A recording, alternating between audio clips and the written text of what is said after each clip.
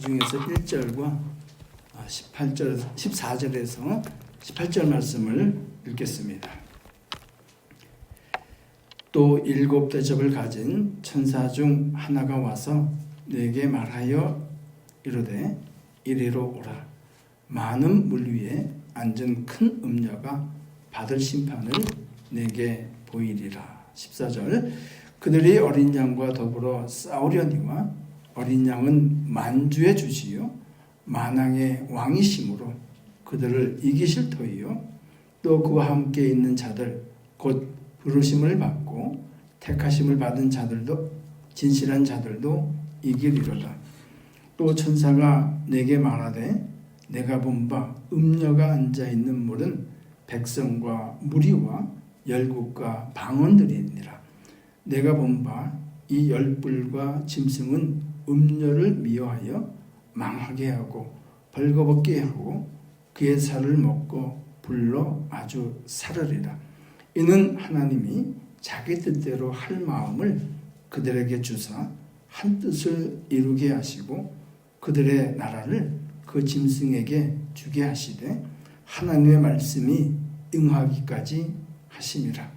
또 내가 본 그 여자는 땅의 왕들을 다스리는 큰 성이라 하더라. 아멘. 기도하고 말씀 나누겠습니다. 주님 감사합니다. 이 시간 사도 요한을 통해서 마지막 때에 일어날 일들에 대해서 계시하신 그 말씀, 교회에게 주신 말씀을 이 시간 믿음으로 받기 위하여 나아갑니다. 성령께서 교회들에게 하신 말씀, 이 시간 성령께서 예수가족교회에게 주시는 말씀 되게 하여 주시옵소서. 감사하며 예수님 이름으로 기도하옵나이다. 아멘. 마이크 볼륨을 죄송하지만 조금만 올려주십시오. 네. 그 예수님께서 그 십자가에서 고난을 받으시기 바로 전에 세상에서 이 마지막 때에 일어날 일들에 대해서 말씀을 하셨습니다. 많은 그 마지막 때의 징조에 대해서 말씀을 하셨는데 그 중에서 이 전쟁에 대한 말씀을 하셨습니다. 그래서 마태복음 24장 6절 말씀을 보시면 난리와 난리의 소문이 있겠다. 이 난리는 바로 war, 전쟁입니다. 그리고 이 전쟁은 어떤 전쟁인가? 7절 말씀 보시면 민족이 민족을, 나라가 나라를 대적하여 일어나는 그런 전쟁을 이 마지막 때에 있겠다고 주님께서는 친히 말씀하셨습니다.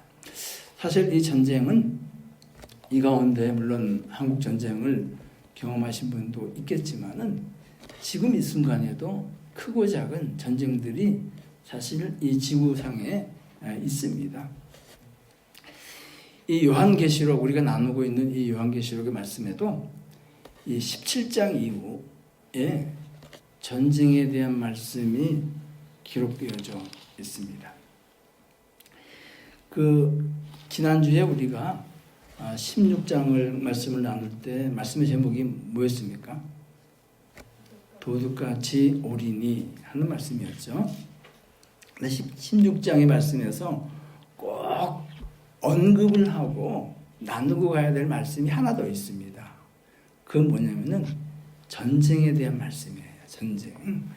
그에 대한 말씀을 16장 12절 말씀을 보시면은 이 유브라데 강, 그러니까 영어로 하면 유프라테스 강이죠. 이 유프라테스 강이 말랐어요. 바짝 말랐는데 왜 말랐습니까? 동방에서, 그러니까 유프라테스 강 동쪽에서 오는 왕들, 한 왕이 아니라 여러 왕들이 유프라테스 강을 쉽게 건너오기 위해서 유프라테스 강이 바짝 말랐다는 겁니다. 그러면 이 동방에서 유프라테스 강을 중심으로 해서 그 동쪽은 사실은 세상 나라를 의미하는 겁니다. 세상의 세력들을. 그러면 이 왕들이 왜 유프라테스 강을 건너서 이 서쪽으로 오게 되면 예루살렘에 있는 방면입니다. 왜 그쪽으로 오겠습니까? 왜 올까요?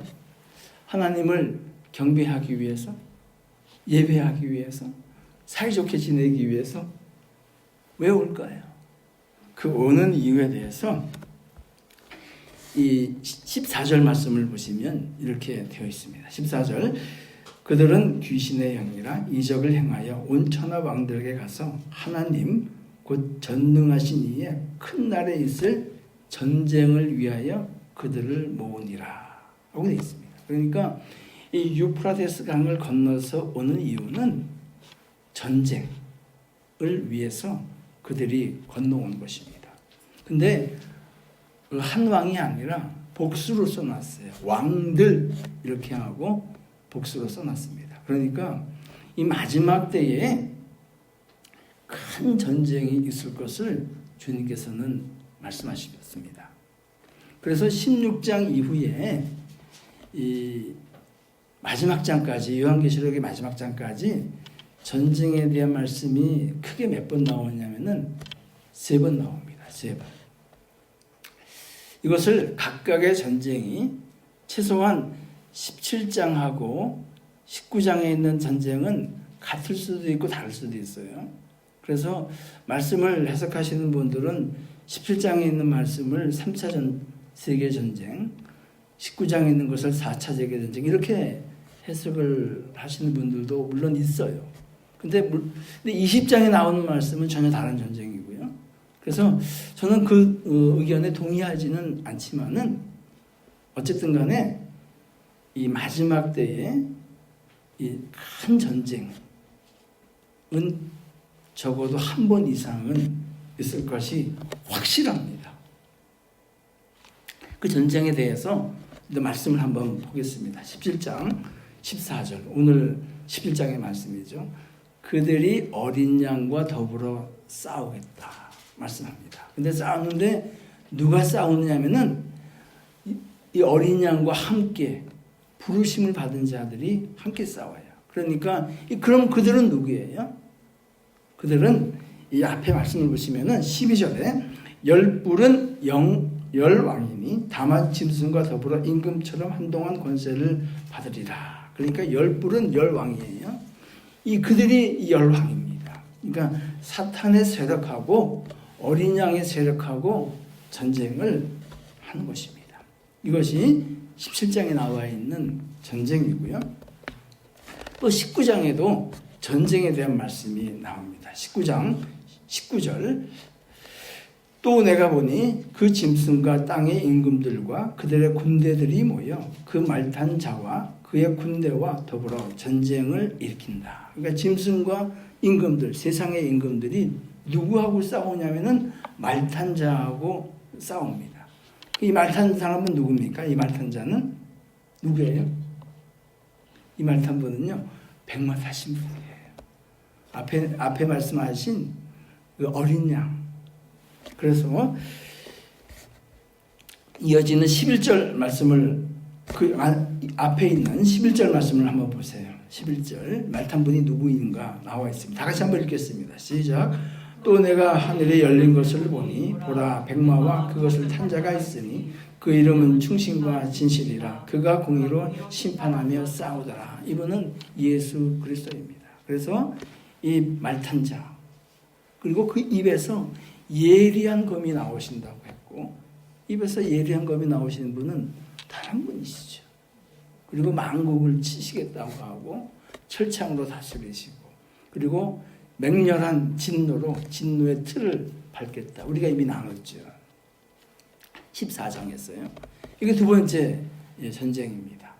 그리고 이 전쟁에 대한 마지막 그 말씀이 나와 있는데, 이 지금까지 17장과 이 19장에 있는 전쟁은요, 이 천년 왕국 이전에 일어난 전쟁입니다. 근데 20장에 나와 있는 이 전쟁은요, 천년 왕국 이후에 나오는 전쟁입니다. 물론 이제 천년 왕국에 대해서도 우리가 앞으로 말씀을 나눌 겁니다. 계속 20장의 말씀을 보시면은 천년이 참에 사탄이 그 옥에서 놓여 나와서 땅의 사방 백성 곧 곡과 마곡을 미혹하고 뭐와 싸움을 전쟁을 붙인다고 이렇게 말씀하고 있습니다. 그래서 17장 이후에 3번의 큰 전쟁이 있을 것이라고 성경은 말씀하십니다. 이 마지막 때에 일어날 일이죠. 이 전쟁에 공통점이 있습니다. 이 전쟁의 공통점에 대해서는 다음 화면을 한번 보시면은 이 혼자 하는 전쟁이 아니라 없나요? 혼자 하는 전쟁이 아니라 연합해서 하는 전쟁이에요. 첫 번째는 무슨 전쟁이냐면 어린 양과 함께한 성도들과 사탄과 사탄의 진영이 붙는 그 전쟁이 이 마지막 때에 일어나는 전쟁의 양상입니다. 그런데 전쟁은요, 결과는 어때요? 결과는 반드시 어린 양 그리고 택함 받은 자들의 승리를 한다고 성경은 말씀을 하고 있습니다. 너무 감사하죠. 그 여러분은 어느 편에 서야겠습니까? 네, 어린 양 편에 서는 저와 여러분 되시기를 예수님 이름으로 축복합니다. 우리의 힘으로 이기는 것이 아니라 주님의 능력으로 이 싸움은 이미 이긴 싸움입니다. 근데요, 문제가 생겼어요. 문제가. 그러면 사탄이 저와 여러분을 예수님 편에, 어린 양 편에 쓰도록 가만히 놔두겠습니까? 가만히 놔둔다고 생각하시는 분. 어떻게 해서든지 거기에 그 편에 못 쓰게 한다고 생각하시는 분. 네. 그렇죠. 그래서 이 베드로 사도는 이것에 대해서 베드로전서 5장에 있는 말씀을 보시면은 근신하라, 깨어라. 너희 대적 마귀가 우는 사자같이 두루 삼킬 자를 찾는다고 말씀했습니다. 그래서 믿음에서 굳건하게 그를 대적하라고. 그리고 이미 이 승리를 얻은 그리고 성도의 본분이라고 모든 성도들이 이런 동일한 고난을 당한다고 그렇게 말씀을 하고 계십니다. 사실 이 베드로 있지 않습니까? 베드로는 어떤 사람입니까? 나는 베드로보다 믿음이 좋다고 생각하시는 분. 안 계세요? 베드로는요, 예수님께서 고난받으시는 그 밤에 주님, 제가 죽음을 죽었지 예수님 부인하지 않습니다. 저 믿으세요. 제가 누굽니까? 제가 예수님께서 저 물 위로 올라갈 때 아무도 안 가는데 저 혼자 물로 간 사람 아니에요. 이런 생각을 했습니다. 정말 저는 예수님 부인하지 않습니다. 어느 때까지 죽으면 죽었지 부인하지 않겠습니다. 하고 그런 베드로도요, 이 말씀을 한 이 베드로도 그 밤에 허망하게 사탄한테 당했습니다. 몇 번이나? 3번이나 당했어요. 한 번 당했다 그러면은 이 사람이 뭐 실수할 수도 있지. 근데 3번을 당했는데 그 당할 때 말하는 모습을 보면은 참 재미있어요. 나 그 사람 모릅니다. 그 사람하고 상관이 없어요. 마지막에는 뭐라 그런지 아세요? 내가 그 사람하고 상관이 있으면 내가 저주를 받을 사람입니다. 하고까지 부인했습니다. 베드로보다 믿음이 좋다고 생각하시는 분. 절대 있잖아요. 자신의 믿음을 자랑하지 마세요. 선자는 뭐라고요? 넘어질 거 조심하라고. 우리 힘으로는요, 이 세상 그 누구도 사탄하고 이렇게 싸워서 사탄의 유혹에 안 넘어갈 사람이 없습니다. 뭘 의지하면? 나의 힘을 의지하면 그렇게 돼요. 근데 주님의 능력을, 겸손하게 주님의 능력을 의지하면 이 사탄의 이 전쟁과 우리가 승리를 할 수 있는 것이죠. 사실 저도 자신이 없어요. 저를 의지하면 자신 없습니다. 한국 속담에 이런 말이 있습니다. 무슨 말이 있냐면 3일 굶으면 포도청 담도 뛰어넘는다 라는 말이 있어요. 제가 그래서 이거를 좀 부족한 실력이지만 영어로 한번 번역을 해봤어요. If you are starving for 3 days, 3일 굶으면 then you will go into and steal something from police station. 그러니까 3일 굶으면 경찰서에 들어가서 거기서 먹을 것을 훔친다는 말이에요. 이게 사람의 속성이에요. 그래서 우리가 이미 나눈 이 말씀에도 말씀하죠. 요한계시록 13장에 있는 말씀을 보시면 말씀합니다. 누구든지 이 표를 가진 자 외에는 매매를 못하게 하니 이 표는 짐승의 이름이나 그의 숫자다. 이게 뭐예요? 이걸 해석하면 이런 겁니다. 너 예수 믿냐? 너 예수 믿냐? 하고 물어봅니다. 옆에 사람한테 한번 여쭤보세요.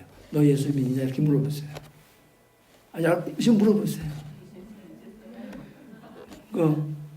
뭐라고 대답해요? 네, 믿는다고 대답합니까? 만약에 예수 믿는다고 대답하면은 어떤 일이 일어난 줄 아십니까? 이런 일이 일어나요. 너 그럼 표 안 줘. 그리고 그 표 없으면요, 저 마트에 가서 쌀도 못 사고요, 고기도 못 사요. 그리고 비즈니스 하시는 분들은요, 비즈니스 라이센스도 다 뺏어가요. 그래도 예수 믿는다고 하시겠어요? 나 하겠다.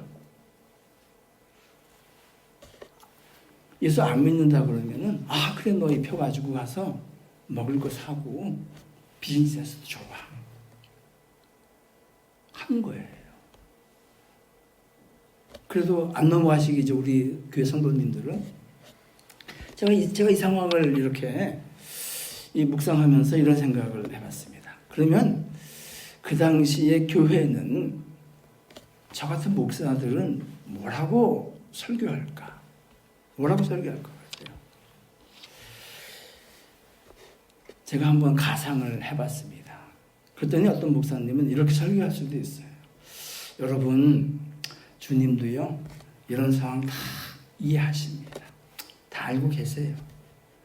우리가 일단 살아야 교회도 섬기고 말씀도 전하고 사탄하고 싸우기도 할 거 아닙니까? 그러니까 이번 한 번은 눈 딱 감고 그 표 받고 가서 하세요. 제가 인정합니다. 그런 사람 있을까요, 없을까요? 있어요. 말세에 그래서 거짓 선지자들이 많이 일어난다고 말씀하는 거예요. 아니면은 이런 목사님도, 이런 교회도 있을 겁니다. 여러분, 죽으면 죽었지 절대 그 표 받으면 안 됩니다 하고 말씀하는, 설교하는 교회도, 목사도 있을 겁니다. 그럼 여러분, 어느 교회 가시겠어요? 어느 교회가 많을까요? 전 단언합니다. 절대 그 표 받으면 안 된다, 죽더라도 받으면 안 된다 라고 설교하고 하는 교회는 사람이 없을 거예요. 그건 역사가 증명해요. 우리 한국의 역사가 증명해요. 일제시대 때 저쪽 동경에 쪽에다 대고 고개 한번 숙이는 거는 그거 절하는 거 아니야. 그냥 의식이야, 의식. 상관없어 하고 95% 이상이 그렇게 했어요. 마지막 때는요, 그것보다 더 하다는 거예요.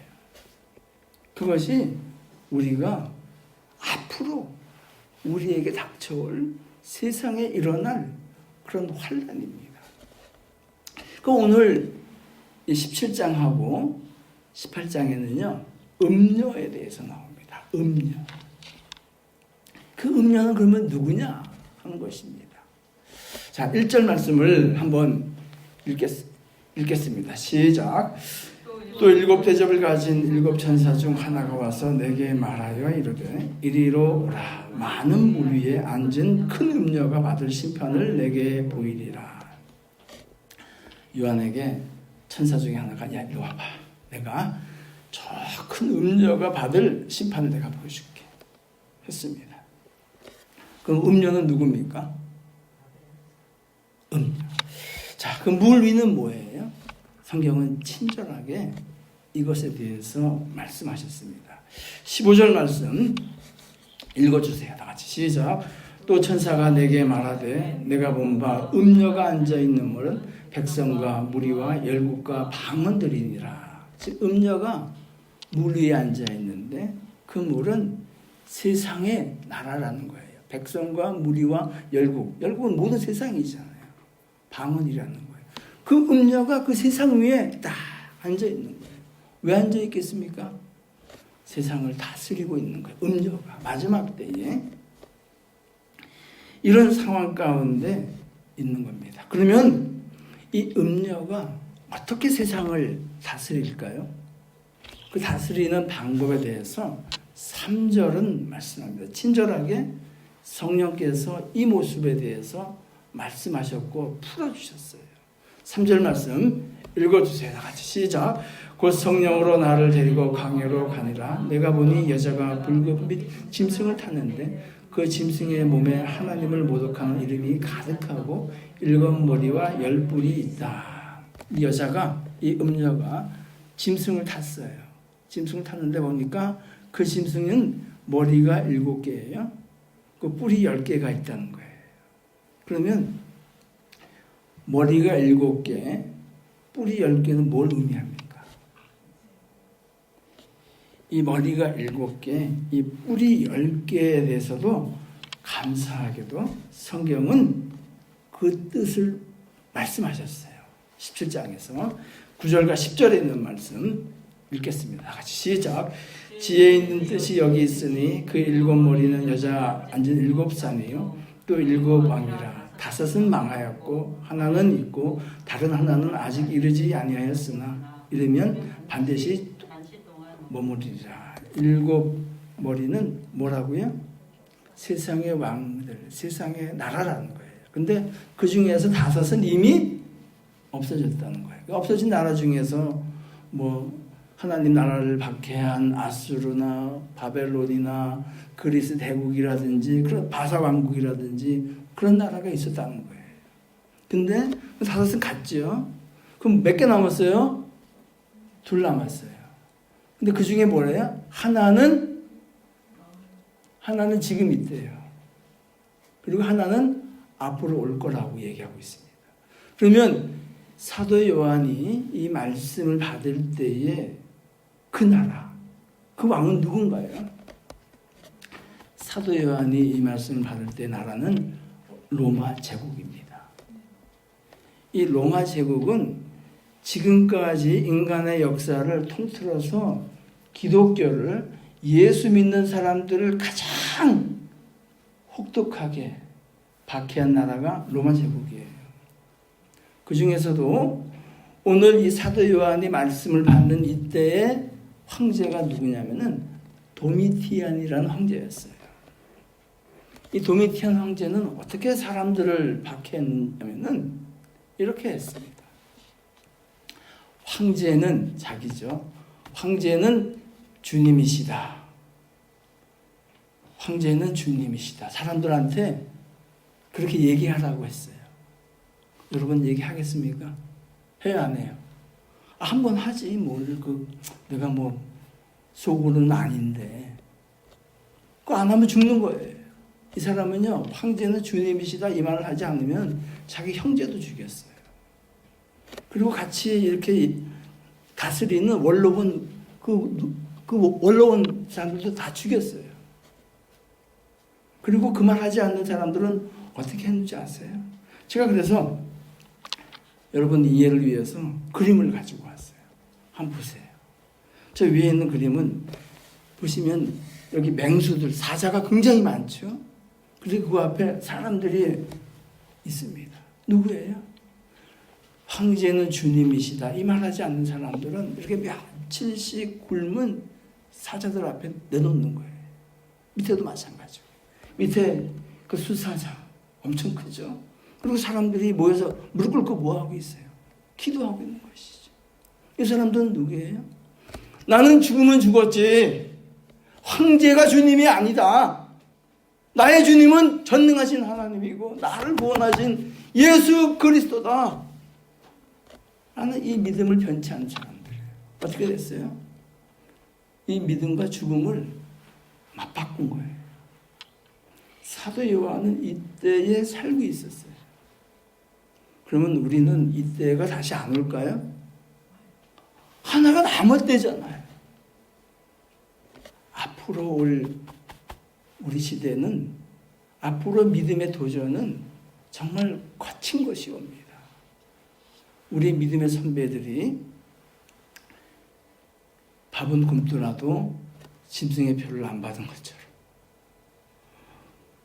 죽더라도 믿음을 저버리지 않은 것처럼 그런 시대가 도래할 수 있습니다. 그래서요, 저는 요즘에 우리가 겪고 있는 이 코비드-19 있잖아요. 저는 개인적으로 1년 이상 이렇게 우리가 고생을 하고 있는데, 저는 개인적으로 이 시간을 뭐라고 생각을 하냐면요, 워밍업입니다. 워밍업이에요. 우리가 닥쳐올 이 믿음의 전투를 위한 지금 워밍업하고 있는 거예요. 보세요. 성경에 말씀하시는 이 마지막 때 환란에 비하면은 지금 이 코비드-19는 아무것도 아니에요. 이 기간 동안에 우리의 믿음을 점검하고 교회를 점검하고, 정말 내가 말씀에 붙잡혀 있는 사람인가, 정말 온전한 복음이 교회 가운데 선포되고 있는가, 이 영적인 눈을 들어서 나를 보고 공동체를 보고 세상을 보기 위한 워밍업 시간이에요. 그 용도로, 그 시간으로 우리에게 허락하신 줄로 믿습니다. 그럼 이러한 환난과 핍박 가운데에 사람들은 어떻게 반응했을까요? 어떻게 결정했을까요? 여러분은 어떻게 결정하시겠습니까? 그리고 성경은 사람들이 어떻게 반응하고 결정했다고 오늘 말씀하십니까? 여러분의 결정이 저는 곧 성경의 결정인 줄 믿습니다. 아멘? 아멘 소리가 좋네요. 사람들이 이러한 환난과 핍박 가운데 결정한 근거에 대해서 오늘 계시록 11장을 말씀합니다. 그 근거는 하나예요.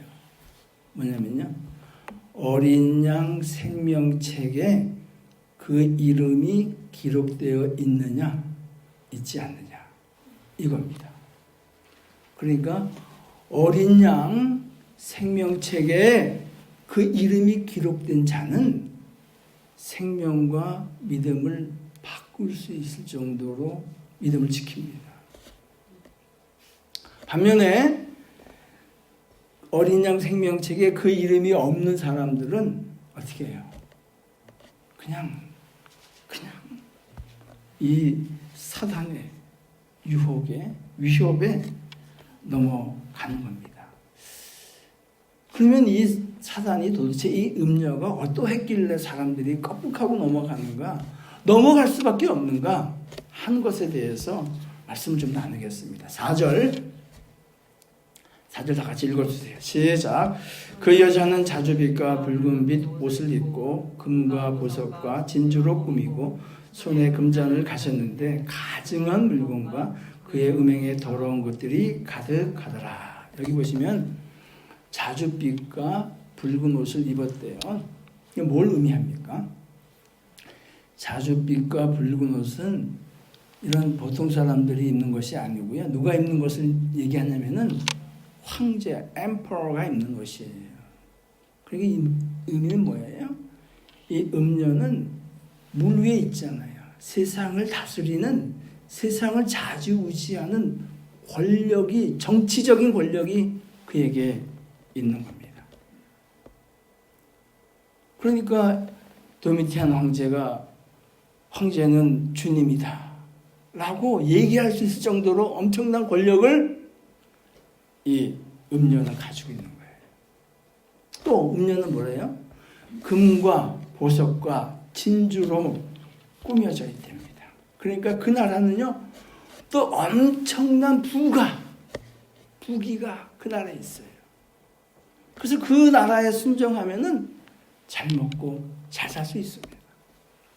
그래서 제가 그때 사람들의 반응을 이렇게 한번 봤어요. 그랬더니 어떤 사람을 이렇게 보니까 이런 얘기를 하더라고요. 무슨 얘기를 하냐면, 야, 인생 뭐 있냐? 한 번 살지 2번 사냐? 고생할 거 뭐 있냐?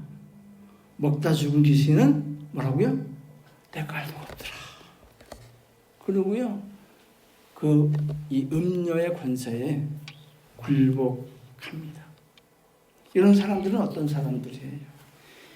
영원히 사는 것보다요, 짧은 이 땅의 삶에 더 무게중심을 두는 사람들입니다. 그리고 육신의 눈을 쫓아 삶을 걸어간 사람들입니다.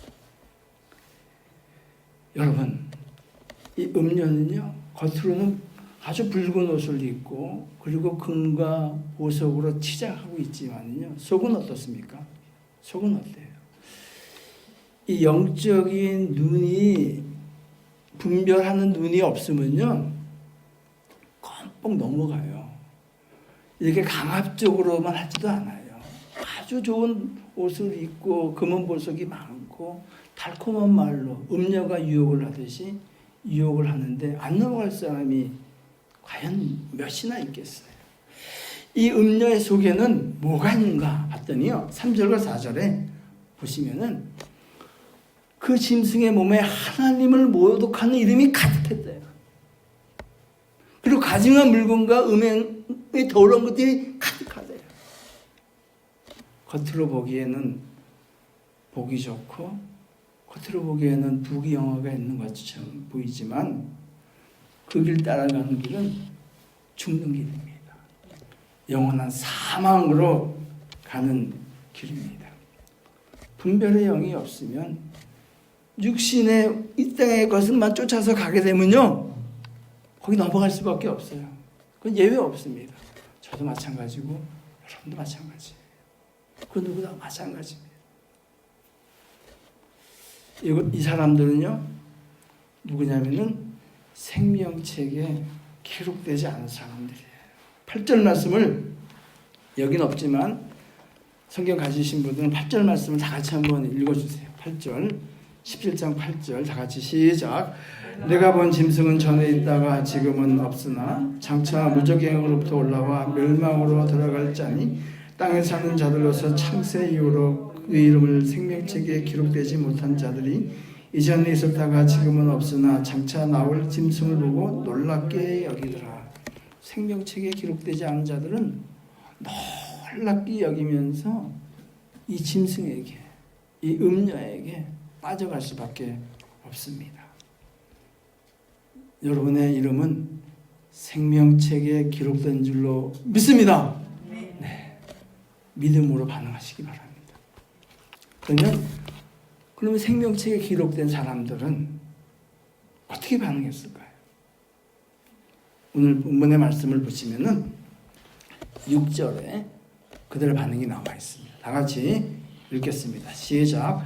또 내가 보매 이 여자가 성도들의 피와 예수의 증인들의 피에 취한지라. 내가 그 여자를 보고 놀랍게 여기고 크게 놀랍게 여기니 어떻게 반응했습니까?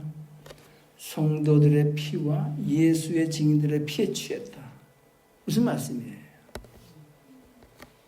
생명으로 믿음을 지켰다는 뜻입니다. 사자밥이 될지언정 나는 황제를 주님이라고 할 수 없다는 거예요. 굶어 죽고 비즈니스가 망할지언정 짐승의 표를 받지 않겠다는 거예요. 이 사람들이 누구냐? 생명책에 기록된 자들입니다.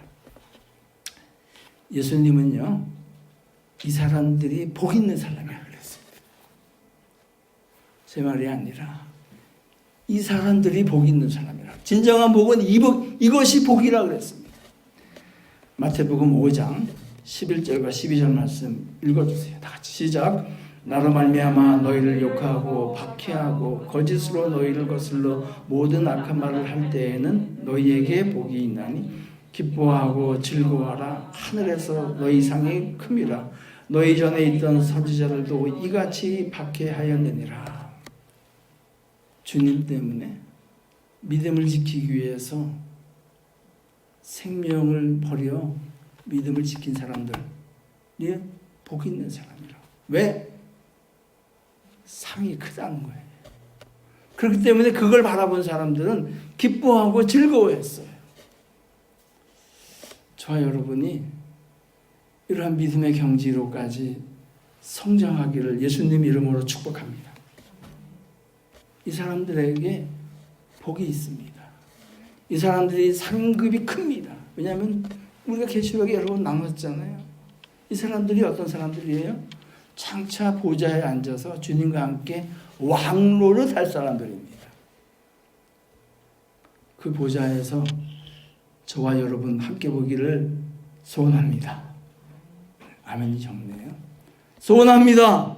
네. 이 믿음을 지키는 생명책에 기록된 사람들입니다. 마지막으로 14절 말씀을 믿음의 고백으로 읽고 말씀을 마치겠습니다. 14절 다 같이 읽겠습니다. 시작. 그들이 어린 양과 더불어 싸우려니 어린 양은 만주의 주시요 만왕의 왕이시므로 그들을 이기실 터이요 또 그와 함께 있는 자들 곧 부르심을 받고 택하심을 받은 자들 진실한 자들도 이기리로다. 이 싸움은 주님이 앞장서서 하신 싸움입니다. 아멘. 우리는 이 믿음으로 주님과 함께하면 됩니다. 그러면요 주님께서 승리하십니다.